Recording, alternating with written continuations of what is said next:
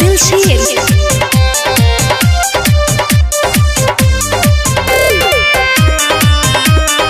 आप सुन रहे हैं अमित पटेल की आवाज में।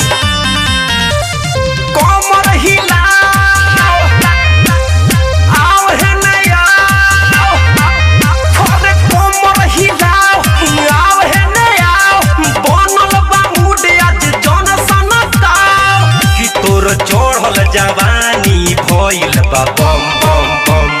आलू दम मसाला कम, नाच रे पतर की छम छमा छम छम। आलू दम मसाला कम, नाच रे पतर की छमा छम।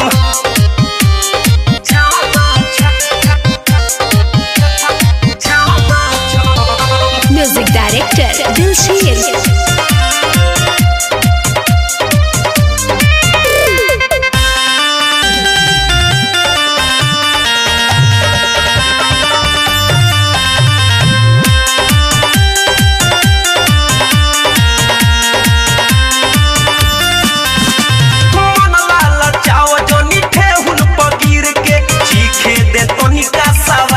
पनीर के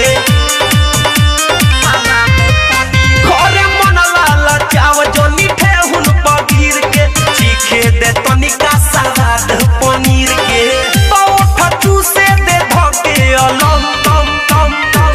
आलू दम मसाला कम, नाच रे पतर की छम छमा छम छम। आलू दम मसाला कम, नाच रे पतर की छमा छम। Music director दिलशील।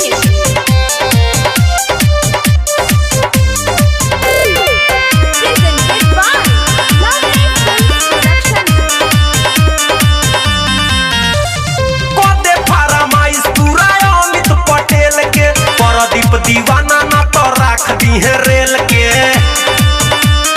आए को दे फरमाइश पूरा अमित पटेल के, प्रदीप मुकेश ना तो राख दी है रेल के।